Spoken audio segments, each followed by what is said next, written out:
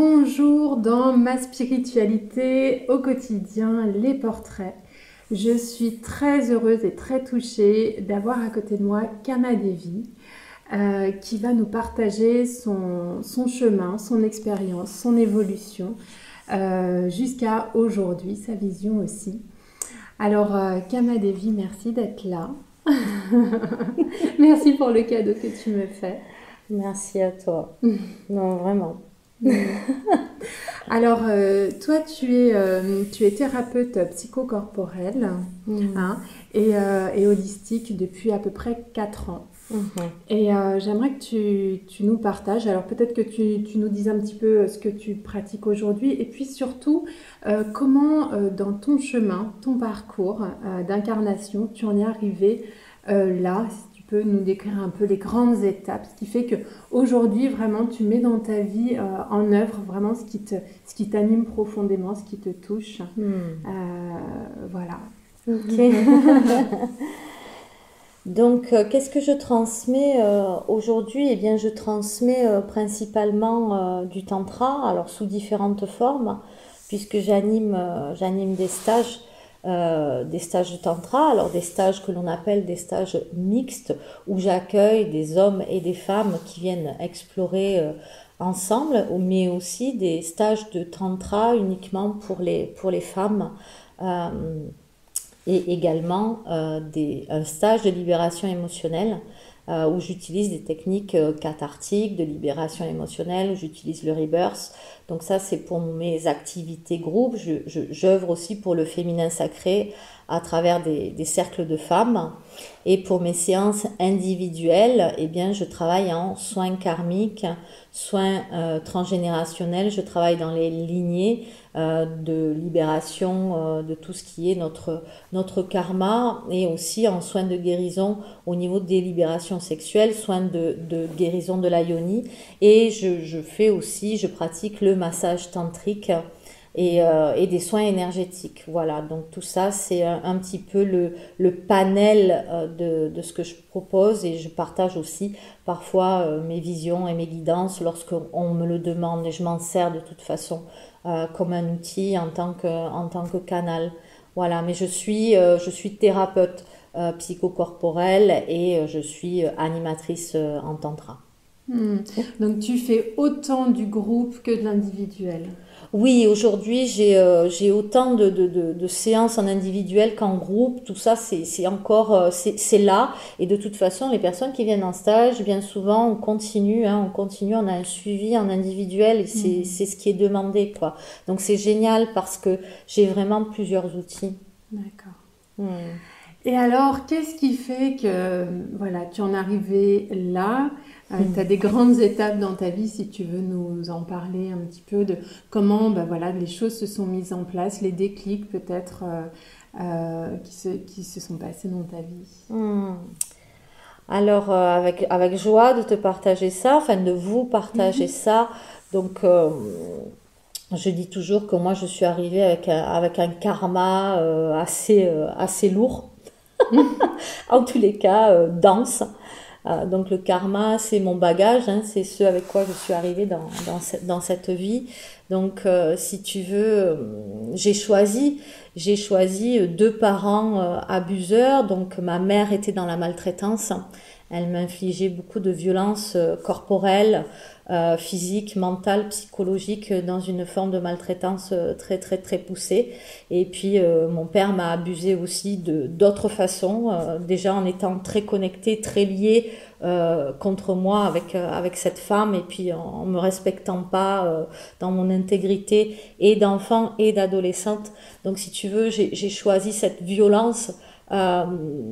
J'ai choisi vraiment de aujourd'hui, ce que j'en retire en fait, c'est que ma mission de vie, c'est de me respecter moi et de me faire respecter. Il a vraiment fallu, si tu veux, que je prenne ma place, même dans ma fratrie. J'avais pas ma place parce que j'étais la seule que l'on maltraitait. Parce que je suis née dans une famille où les enfants étaient malades, où ils étaient morts.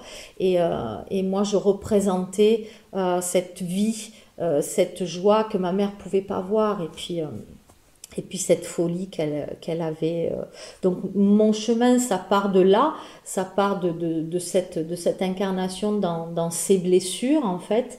Et puis j'ai eu une adolescence perturbée où je continue à me faire du mal, à m'auto-abuser, donc sous différentes formes. J'ai une vie assez chaotique. Et puis je continue ma vie. Donc j'ai mes enfants, je me marie une première fois avec un homme qui m'abuse. Qui m'abuse financièrement, qui me respecte pas, qui m'abuse aussi dans sa non-présence, dans le fait de pas m'aider, de pas m'épauler. Et puis en 2013, je suis dans ce triangle de campagne, hein, donc on voit bien le schéma, dans ce rôle de victime avec cette histoire, avec ma mère, avec mes souffrances et avec elle m'a fait, et j'arrive pas à pardonner, j'arrive pas à dépasser ça. Et donc je vois sur Internet, je me mets face à un ordinateur et je me dis, j'arrive par tout un chemin et je veux partir dans le désert, je veux faire quelque chose qui me ramène à de la conscience, c'est-à-dire que sur cet espace de folie, j'ai envie de poser de la conscience.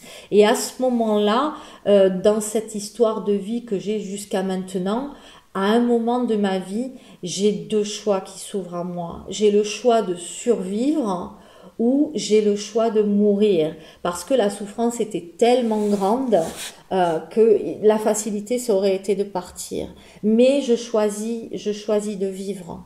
Et on voit à quel point, quand on n'a pas exploré nos blessures, quand on n'a pas été dans nos profondeurs, eh bien la vie nous ramène toujours sous plein de biais différents, hein, de personnes, d'événements, etc. Toujours à la même chose, hein, jusqu'à ce qu'à un moment, et c'est ton cas, tu fais ton choix, quoi.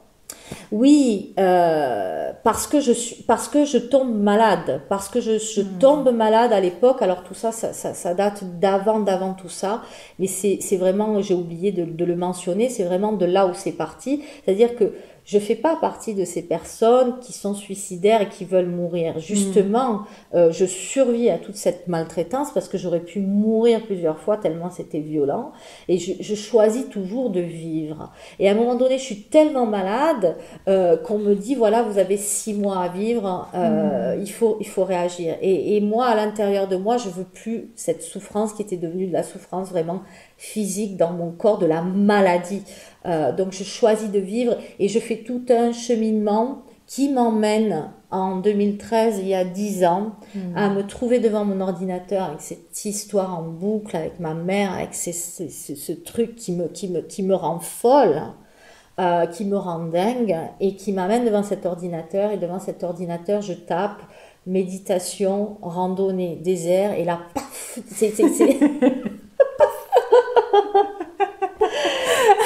c'est incroyable, je tombe sur le truc parfait, le truc qui me parle du désert, de la randonnée et qui s'appelle No Mind, nomade, donc no mind, non mental, nomade, pas de folie, et ça se passe dans une semaine. Donc je contacte l'organisateur, je pars, et là j'arrive dans le désert pour vivre un processus créé par le maître spirituel indien qui s'appelle Osho, qui s'appelle No Mind. Et là, au-delà de tout ça, tous les matins, avant de démarrer la journée, il y a la méditation active dynamique. Et pendant cette méditation active dynamique, il y a une phase de catharsis où on peut littéralement péter les plombs, tuer des gens, se débarrasser de tout ce qu'on ne veut plus. C'est l'espace là, justement, qui est là pour... C'est ça. Et là, au bout du 10e jour, le dernier jour, alors je passe par tout un processus avec mon enfance, mon enfant, je plonge dans cette souffrance, dans la maltraitance, etc. Et là, le 10e jour, je tue littéralement ma mère. C'est-à-dire que je la prends, j'en fais des sushis comme ça. J'ai du sang partout, c'est délicieux. C'est waouh. Je la tue et j'aime la tuer. Et je tue avec ça toute la souffrance, tout le mal, toutes ces années à subir la maltraitance et la violence extrême. Voilà, je tue ça. Et c'est avec la voix d'Osho.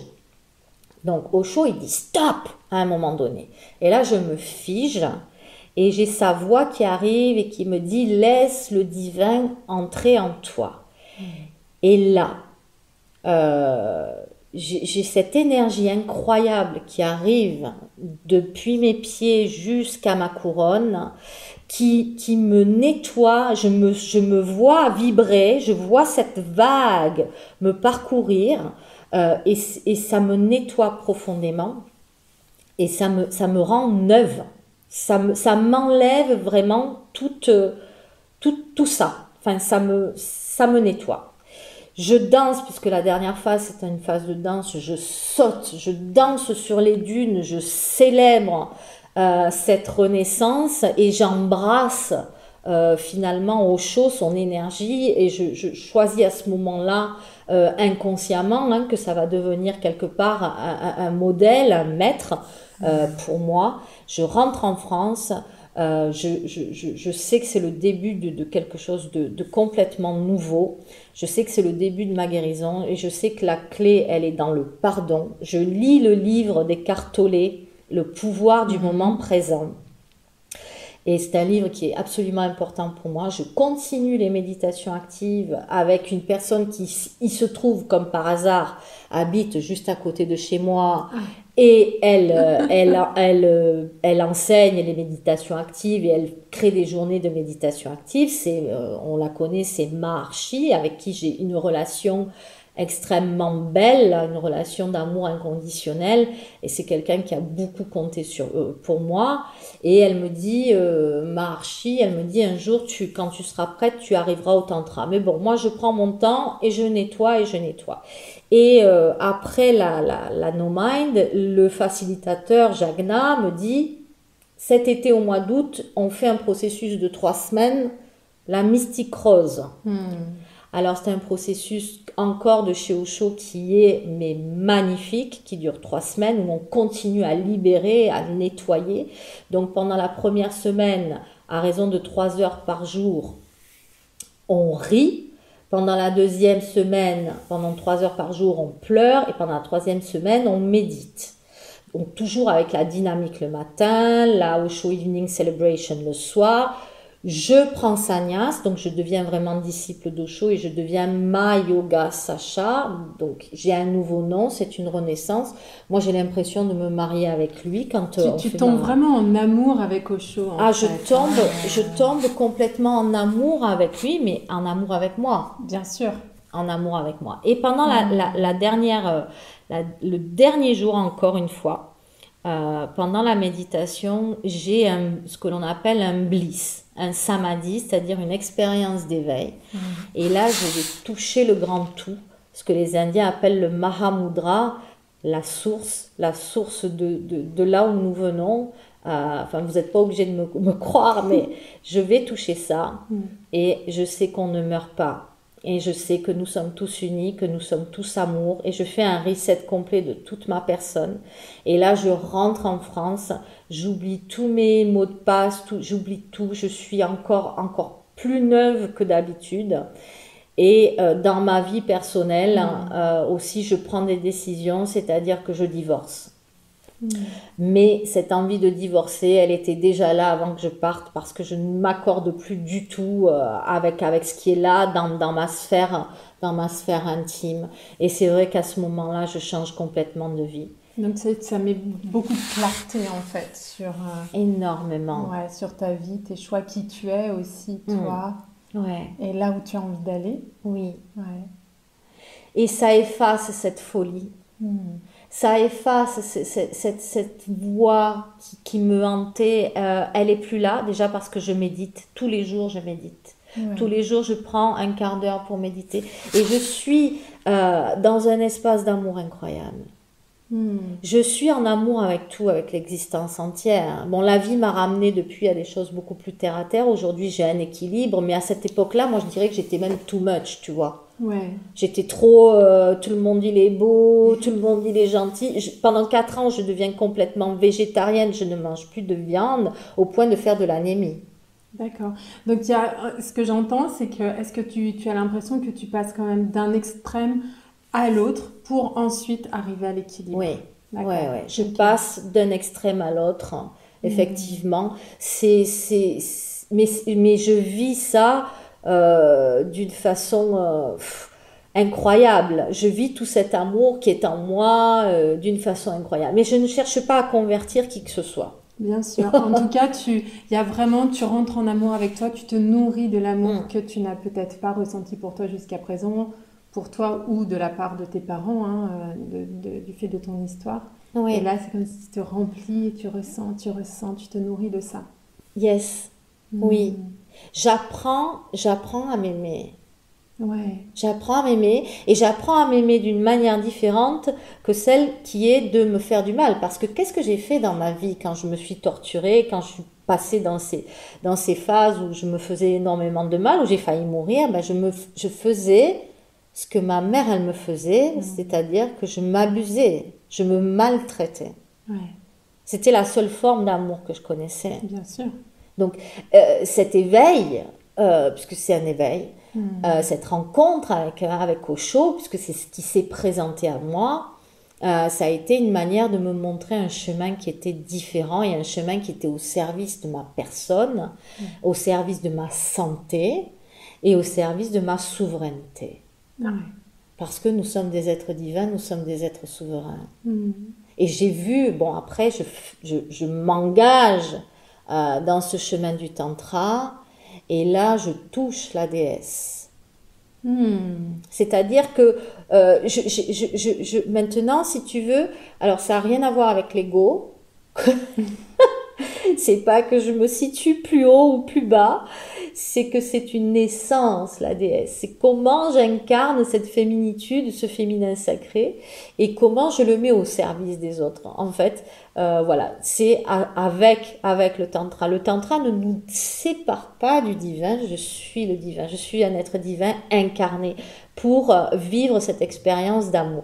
Et le tantra me met aussi dans la non-dualité, c'est-à-dire que je ne me sépare absolument plus de qui je suis.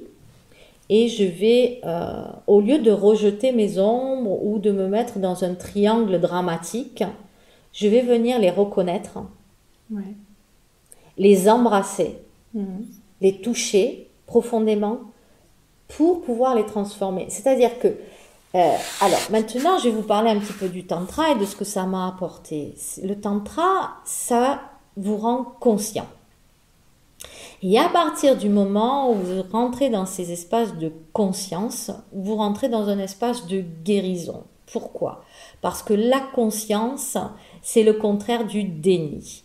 Qu'est-ce qui fait aujourd'hui que les gens sont malades ? C'est parce qu'ils sont dans le déni. Voilà. Et donc le tantra, ça ouvre cet espace où je vais pouvoir aller reconnaître toutes ces parts de moi et je vais pouvoir les guérir et les transformer. Donc, ce que j'entends aussi de ton parcours, en fait, tu as été guidée. J'aime bien cette idée-là, d'être guidée jusqu'à mettre de la conscience dans tous les espaces de ta vie. Et ça s'est fait par le biais du tantra, en fait, pour toi. Alors, la rencontre avec Osho et puis le tantra. Et puis, alors, comment ça s'est passé pour toi ? Tu as commencé à te former ? Comment tu as commencé à l'expérimenter dans ta vie ? Comment c'est venu tout ça ? Donc, je rencontre Maharshi qui me dit, on continue les méditations actives et qui me dit, t'inquiète pas, quand tu seras prête, tu viendras faire du tantra. Et moi, je dis tantra, c'est quoi ce truc ? Ça me faisait extrêmement peur. Donc ça, c'est il y a combien d'années à peu près, jusqu'on se situe il y a 9 ans. Oui, parce que ce qu'on se disait tout à l'heure, le tantra, on en entend de plus en plus parler, il y a de plus en plus d'ouverture, mais C'est vrai que ouais, il y a une dizaine d'années, c'était peut-être encore un peu confidentiel, ou je sais pas. Oui, non, mais tout à fait, hein, Hein. c'était pas comme aujourd'hui. Aujourd'hui, on en parle beaucoup, ça s'est démocratisé le tantra, mais il y a 10 ans, c'était encore, on avait un peu honte de dire qu'on faisait du tantra, ou je ne sais pas, où il y avait des conditionnements et des jugements là-dessus. Bon, bref. Et elle me dit, elle sent, hein, puisqu'on était très proches et très connectés, qu'un jour je ferai du tantra et que peut-être j'étais faite pour ça. Et moi, je veux pas. J'ai peur de faire du tantra. Pourquoi? Parce que j'ai peur de me voir telle que je suis. J'ai peur. Parce que le tantra, c'est quoi? C'est un chemin de connaissance de soi. Le tantra, il y a beaucoup de personnes qui se disent, ah, le tantra, ce sont des expériences en groupe. Je vais rencontrer des gens, je vais faire des connaissances, ça va me permettre de me connecter. Oui, ok, ça vous met en reliance. Mais la principale reliance avec qui ça vous met, ça vous place, c'est quand même avec vous-même. Et ça, c'est un gros travail, d'accord, de chemin de connaissance de soi. Voilà ce que le tantra apporte, c'est d'aller se connaître profondément et de s'aimer. De s'aimer et d'arrêter de se juger, de se culpabiliser et de reconnaître toutes ces parts qui m'appartiennent. Et le tantra, c'est l'acceptation de ce qui est. Donc ici, maintenant, pas dans le passé ou dans le futur, mais qu'est-ce qui est là pour moi? Voilà. Et donc effectivement, j'arrive au tantra, et je dis souvent que le tantra, c'est aussi un espace que l'on peut pratiquer tous les jours dans la vie quotidienne. Comment? En étant conscient, en ramenant de la conscience, de la lucidité. C'est aussi un espace où on va ouvrir son cœur. Alors ça rend vulnérable. C'est un long chemin d'amour, de cultiver l'amour de soi. Mais c'est merveilleux. Enfin, c'est pour moi, le tantra, c'est une thérapie. C'est un outil thérapeutique. Ouais. Et le massage tantrique aussi. Le massage tantrique, c'est de la thérapie. C'est vraiment aller voir qu'est-ce qui se passe. Et le tantra, ça passe beaucoup par le corps. Ça passe beaucoup par le toucher. Et ce corps, c'est mon temple. Et comment je viens l'habiter, ce corps. Et c'est aussi, moi, le tantra, ça m'a permis de venir écouter mon corps. Oui, alors justement, c'est intéressant que tu parles de ça parce qu'on en a parlé tout à l'heure sur justement les messages du corps et l'attention, l'écoute de notre corps qui est en fait notre meilleur guide au final pour nous indiquer là où ça va et là où ça ne va pas ou alors il y a de la conscience à mettre. En tout cas, si tu peux nous parler justement, parce que tu es très connecté à ton corps, très à l'écoute, si tu veux nous parler un petit peu de ça justement. Oui, pour moi, c'est extrêmement important d'aller habiter ce corps parce que le corps est intelligent, la nature est intelligente. Le tantra considère que je suis un petit univers dans un grand univers, que je suis régie par les mêmes lois que l'univers, c'est-à-dire que je vais être un microcosme à l'intérieur d'un macrocosme. Donc je ne suis pas séparée de tout ce qui m'environne et tout cet espace dans lequel je gravite. Donc mon corps a des messages et ça m'a appris, moi, alors déjà en tantra on apprend à respirer. Oui. À respirer, vraiment à ramener cette conscience du souffle à l'intérieur de soi. Et à partir du moment où on va ouvrir ici le chakra de la gorge, ça va ouvrir le chakra du cœur et le chakra de la gorge est connecté à mon chakra, mon premier chakra Muladhara, et ça va nous apporter des guérisons incroyables. Et ça va nous apprendre aussi à faire des sons.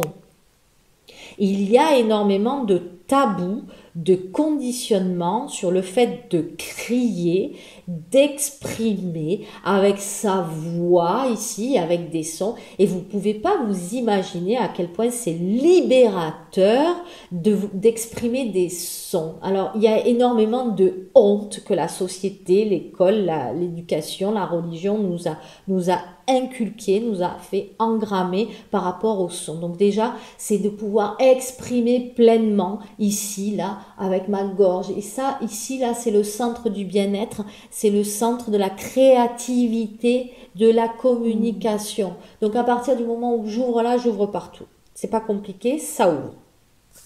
Donc, être dans mon corps, dans mon son. Et à force, moi, de venir habiter ce corps et à force de le visiter, pourquoi? Parce que le corps est une éponge qui absorbe nos traumas dans cette incarnation, dans cette vie, mais aussi nos mémoires, les mémoires de nos vies passées.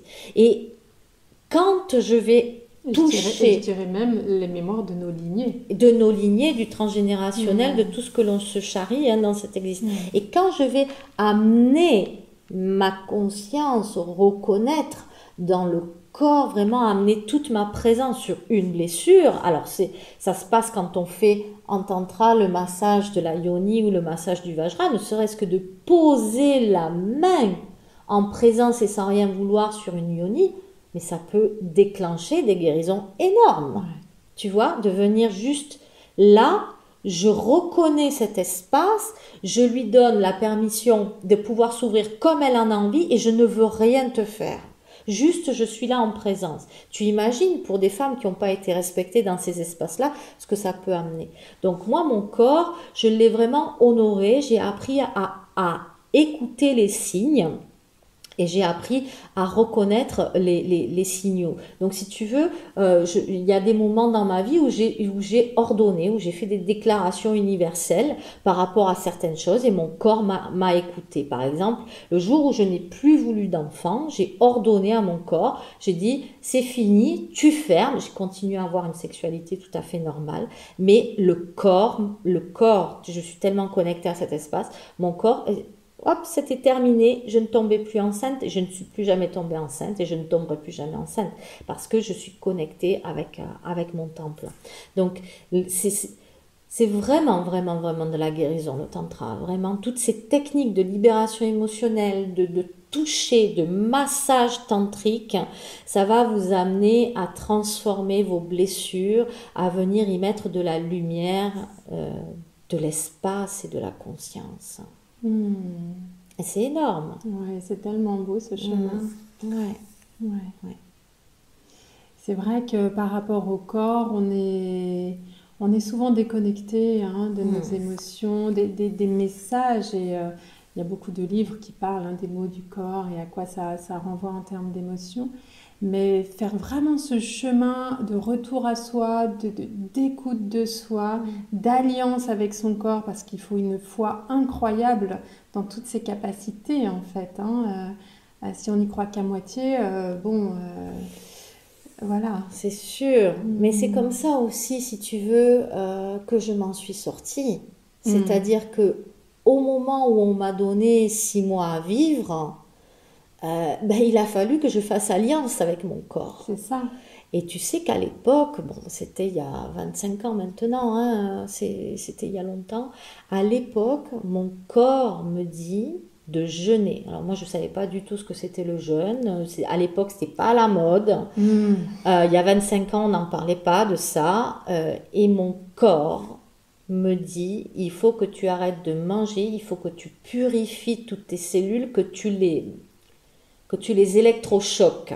Une idée de déprogrammation voilà, aussi. De nettoyage. Et je fais un jeûne d'1 mois. Oui, ce qui n'est pas rien. Un jeûne ce qui n'est pas rien. Où je bois de l'eau. Et je bois de l'eau avec des cubes de bouillon. Tu es accompagnée dans ce processus ou pas tu du le tout. fais seule? Ah oui, seule. D'accord. Okay. Seule, je reçois cette information. Et effectivement, je vois, parce qu'à l'époque, je perdais mes cheveux par paquet, j'étais vraiment dans un état de santé très déplorable. Et je vois la transformation. Bon, ça a été un long chemin. Mais ma vie, mon histoire de vie, m'a conduit à écouter mon corps, à écouter non seulement mon corps, mais mes guides, à me connecter aussi à toutes les protections que j'ai pu avoir. Parce que tu sais, quand ma mère me frappait, que c'était tellement violent, je rentrais en dissociation, ce que l'on appelle la dissociation, c'est-à-dire que mon corps, je lui ai abandonné mon corps pour pouvoir survivre, hein, parce que sinon je crois que j'aurais pas survécu. Donc je quittais mon corps, je rentrais en dissociation et je lui laissais faire ce qu'elle avait à faire. Et hop, dès qu'elle revenait, tu vois, elle se transformait. C'était Dr Jekyll et Mr Hyde. Et donc moi, ça me permettait de revenir aussi, de revenir dans mon corps. Mais et après ça, tu vois, ça m'a pris des années pour pardonner. J'ai pardonné et j'ai pardonné, je l'ai fait pour moi. Et tous ces processus de libération émotionnelle, toutes ces activités que j'ai fait dans le tantra m'ont permis d'arriver à ce chemin de pardon. Et j'ai aussi retiré le jugement que j'avais sur cette situation. Et aussi, je prends la responsabilité de ça. C'est-à-dire que c'est moi qui ai choisi de venir m'incarner dans cette histoire-là. Et ma leçon, mon enseignement, ce que je suis venue expérimenter là, c'est me respecter. Je me respectais pas. Il y a des fois encore aujourd'hui où je vois, mais là je le vois. Je le vois et je l'arrête. Me respecter et me faire respecter. Et j'ai traversé, puisque je me suis remariée après, j'ai traversé une période assez difficile avec mon mari où je ne me sentais pas respectée. Et j'ai été capable, nous avons été capables, lui et moi, de surmonter ça. Et ça a été pour lui extrêmement guérisseur parce qu'il a changé. Il a fallu. C'était pareil. C'était de ce choix de mort ou de vie que j'ai eu il y a des années. Là, c'était ou je te quitte, ou je reste. Mais si je reste, tu changes. Ou on change ensemble. Ouais. Voilà, parce qu'on a toujours une part de responsabilité. Hein, pourquoi j'ai laissé ça arriver aussi, hein. On est co-responsable dans une relation de couple. Donc ça a été une transformation, une guérison à tous les niveaux pour tous les deux. Aujourd'hui, je me sens pleinement respectée dans ma vie, dans ce que je fais. Et c'est ce que je suis venue expérimenter aussi. Et aussi, il y a cette histoire de place, de comment prendre ma place. Alors j'ai eu beaucoup de miroirs. Oui, ça a été un petit peu compliqué, même aujourd'hui. Hein, je sens que voilà, je suis encore parfois sur des miroirs où c'est compliqué de prendre sa place, mais j'y arrive. Mais en tout cas, on est toujours en chemin. Hein. On a toujours à travailler sur soi et à continuer à apprendre de soi pour soi et pour les autres.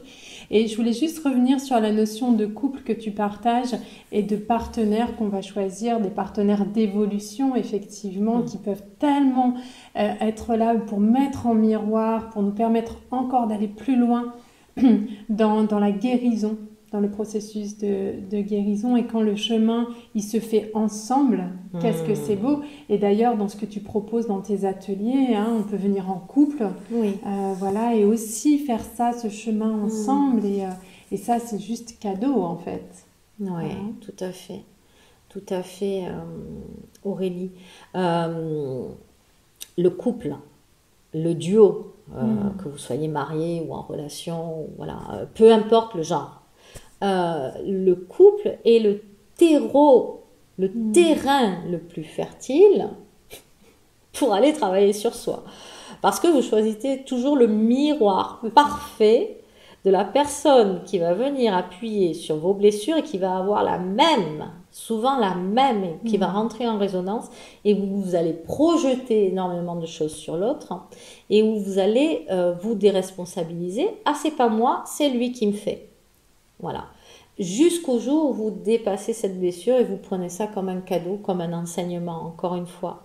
Vraiment, ma conviction profonde, hein, c'est que notre âme, elle est venue ici pour s'éveiller, donc elle se réincarne plusieurs fois, jusqu'au moment où l'âme, qu'est-ce qu'elle veut? Elle veut monter en vibration, elle veut aller vers la lumière. Et puis évoluer vers vraiment plus d'amour, plus d'ouverture, plus de connexion.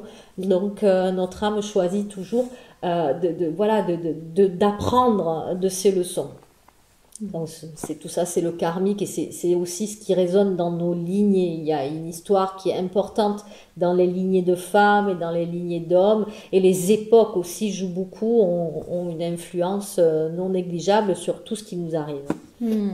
Alors c'est vrai que on fait des choix d'incarnation avec des contrats d'âme, hein, avec Et on se retrouve comme ça, d'incarnation en incarnation. Et parfois, c'est vrai qu'on vit, on a eu des incarnations qui sont très très lourdes, qui peuvent être, semblent très très lourdes, parce qu'avec beaucoup de souffrance et de difficultés, mais c'est simplement que l'âme a choisi là et se sent prête à évoluer, à faire un grand pas en avant. Et c'est merci aussi pour ces choix-là et pour aussi les protagonistes de notre histoire qui sont venus aussi expérimenter ça avec nous et qui finalement nous permettent d'être des maîtres pour nous, comme on s'en était parlé. Et c'est des cadeaux et c'est gratitude aussi quand on a réussi à dépasser cet état de réactivité, etc. Je voulais aussi que par rapport aux mémoires du féminin, mémoire du masculin, en relation avec ce que tu proposes, avec ta façon d'envisager aussi le tantra, la conscience et la guérison. Est-ce que tu veux nous en parler un petit peu sur ces mémoires? On arrive à un moment aussi dans notre existence, là au niveau de la Terre, des vibrations de la Terre, il se passe plein de choses dans les montées en vibrations énergétiques, etc. Il y a vraiment tout un processus de guérison qui peut se faire en ce moment et merci de s'être incarné maintenant parce qu'il y a des choses à faire. Est-ce que tu veux nous en parler un petit peu de ça? Avec joie, merci de me conduire sur ce chemin-là. Alors, souvent j'ai des personnes qui viennent et qui se plaignent un peu de l'époque, de ce qui nous est arrivé récemment. Mais je leur dis, mais est-ce que vous avez conscience de la chance que vous avez d'être venu maintenant où tout est aussi facile? Il n'y a pas de guerre, il n'y a pas de tout ce que nos parents, nos grands-parents ont eu à surmonter d'horrible dans la mort imposée par des guerres, par des choses, des invasions, des choses extrêmement violentes et horribles. Aujourd'hui, c'est une époque qui est propice à un peu venir se regarder soi, un peu venir s'explorer soi. Il y a tellement de facilité d'ouverture et puis il y a de grands portails qui sont là, des grands portails de conscience. On le voit, tous ces gens qui deviennent thérapeutes, tous ces gens qui laissent tout tomber pour vraiment écouter leur cœur, etc. Donc, on a subi subi. Oui, quelque part. On a subi le patriarcat, surtout les femmes, et les hommes ont subi aussi le patriarcat de leur père, de leur grand-père, etc. Ils sont aussi concernés. Aujourd'hui, la société veut l'égalité. En tous les cas, dans nos sociétés modernes, voilà, on cherche un petit peu cet équilibre entre les hommes et les femmes. Alors, moi, je vois dans mes stages, en tous les cas, je propose dans mes cycles, sous des formes différentes, de la guérison entre les deux polarités yin et yang. Alors, à l'intérieur de moi, déjà, c'est énorme, mais aussi en miroir avec les genres opposés, ce que l'on va appeler homme et femme. On ne va pas nommer ça Shiva et Shakti, parce que Shiva, c'est la conscience, et Shakti, c'est l'énergie. Ça n'a rien à voir avec l'homme et la femme. Mais bon, en Tantra, on a vulgarisé ça comme ça. Donc, on va parler d'hommes et de femmes. Et il y a, dans mes propositions, de la reconnaissance. Alors, reconnaître, c'est-à-dire être en capacité de voir qu'on est co-responsable de ce que l'on a créé et de ne pas rejeter la faute sur l'autre.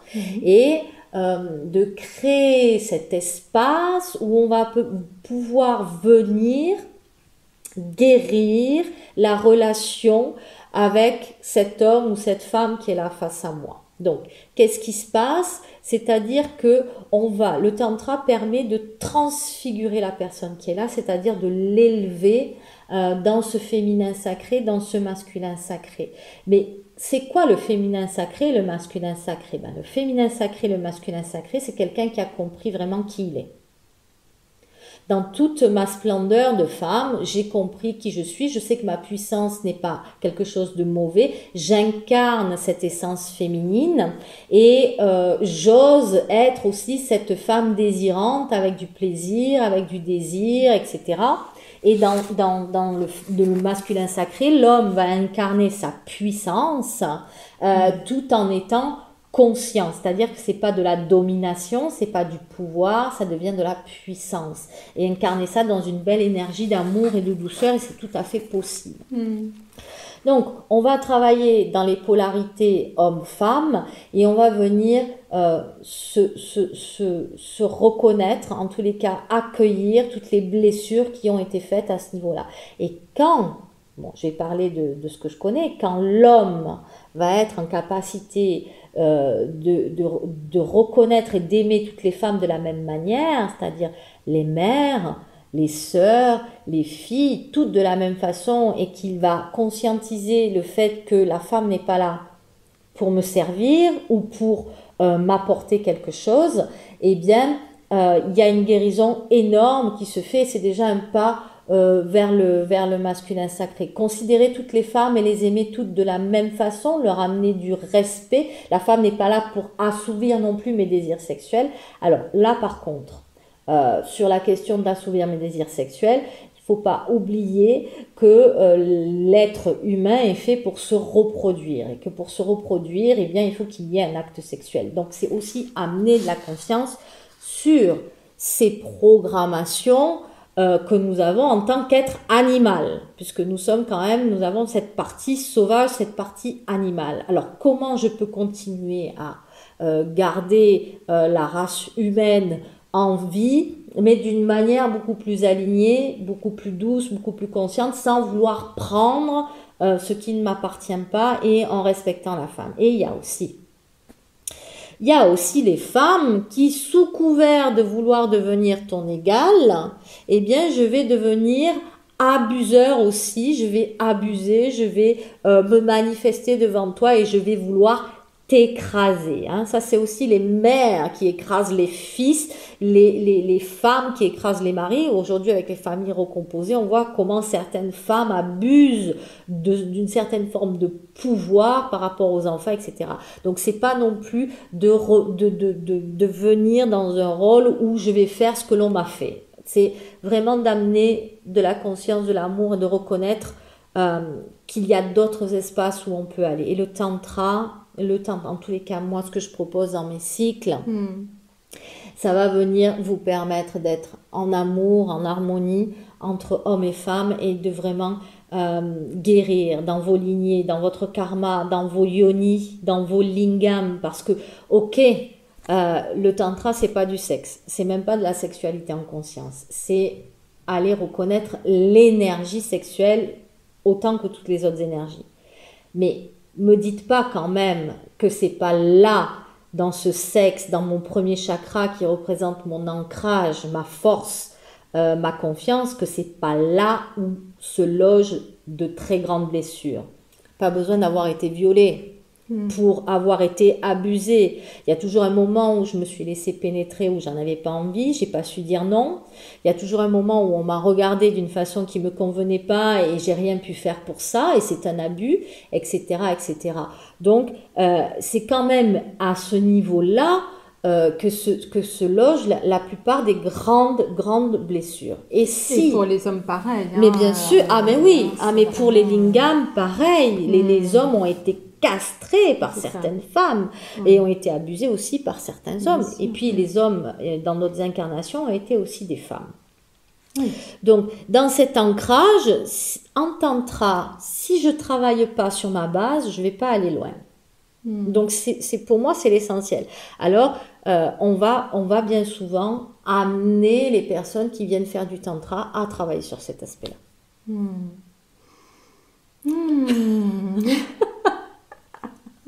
C'est chouette, hein? C'est super, moi j'adore. Et puis, c'est vraiment mettre de la conscience. Et ce que tu guéris pour toi, tu guéris aussi pour les autres. Et c'est vraiment un chemin pour soi, bien sûr, qui peut être fait seul, j'entends, quand on vient dans tes stages, ou à deux si on a envie de partager ça avec son partenaire ou sa partenaire. Et en même temps de toute cette guérison, eh bien, ça permet aussi de guérir d'autres femmes, d'autres hommes. On le fait pour soi, on le fait pour l'autre. Hein. Et c'est magnifique comme chemin. Ouais. Merci de nous partager ta vision, c'est très beau. Merci Aurélie. Moi, je me régale à être là avec toi. Depuis ce matin, on parle vraiment de tout ce qui m'anime. C'est super. Et je prends vraiment du plaisir parce que je sens cette connexion que j'ai avec toi qui s'est fait naturellement depuis que je t'ai rencontrée. Et c'est fluide, quoi. C'est bon. Ouais, c'est précieux. Et c'est bon d'en parler aussi entre femmes, de parler de ça. Toutes les deux là face à vous. C'est magique et je sens toute la douceur, toi aussi, tout l'alignement que tu as et c'est bon pour moi, tu vois, de te sentir bien ancré, bien aligné dans ce que tu es, quoi. Merci. Et en même temps dans le cœur. Profondément dans le cœur, Aurélie, et dans le non-jugement, et je sens toutes ces qualités en elle, quoi. Merci Aurélie. Merci à toi. Bon, on s'était fixé un petit timing pour la vidéo. Est-ce que tu veux nous partager les livres que tu as préparés? Yes. Voilà. Alors, parce qu'on pourrait parler comme ça des heures et des heures, mais on aura l'occasion de faire un petit live ensemble. Oui. Hein, et comme ça, on développera encore et puis on pourra être en interaction. Yes. Ça, ce sera ton deux. Hein? Avec joie. Ouais. Avec joie.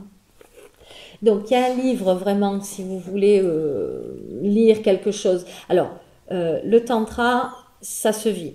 Donc, moi, je vous dirais presque à la limite, venez au tantra sans avoir rien lu. D'accord? Mais bon. Référence de livre, donc le livre du tantra de Vincent Bardet. Et là, vous allez avoir vraiment une version réelle. Le livre des secrets qui est une traduction, Osho commente le Vijnana Bhairava Tantra qui est le dialogue entre Shiva et sa bien-aimée Parvati et qui est issu des textes des Agamas des tantras, parce que les tantras sont issus de ces textes anciens qui datent de 5000 ans. Et Osho vient commenter ici ce dialogue-là et s'appuie sur ça pour son enseignement tantrique. Donc le livre des secrets. Il y a pour moi un incontournable de Lise Bourbeau, c'est Les 5 blessures de l'âme. Voilà, ça c'est un livre très important. Il y a Le pouvoir du moment présent de Eckhart Tolle. Ouais. Et il y a celui-là aussi, Tantra, Suprême Sagesse, mais celui-là, vous ne le trouvez plus apparemment maintenant, c'est devenu vraiment un collector. Mais bon, on ne sait jamais si vous arrivez à... Voilà, ça c'est très bien, c'est Tilopa, qui est un philosophe tantrique. Voilà, si vous voulez vraiment démarrer en tantra, vous avez déjà là une belle référence. On mettra toutes les références justement en commentaire, mais c'est vrai que venir expérimenter et puis découvrir si on ne connaît pas, c'est peut-être effectivement la meilleure façon de rentrer dans cet univers-là. Hein. On mettra, si tu es d'accord, ton site internet pour les personnes qui regardent, voilà, si elles veulent te contacter, voilà, peut-être tu as un Facebook où tu donnes des informations. Oui. On le mettra aussi, si tu es d'accord. Mon Facebook, c'est Kamadevi la quintessence, et puis mon Insta aussi, c'est Kamadevi la quintessence, et mon site, c'est la quintessence de l'être, tout attaché, sans accent, sans rien, mais on mettra ça en commentaire. Ouais. Ok.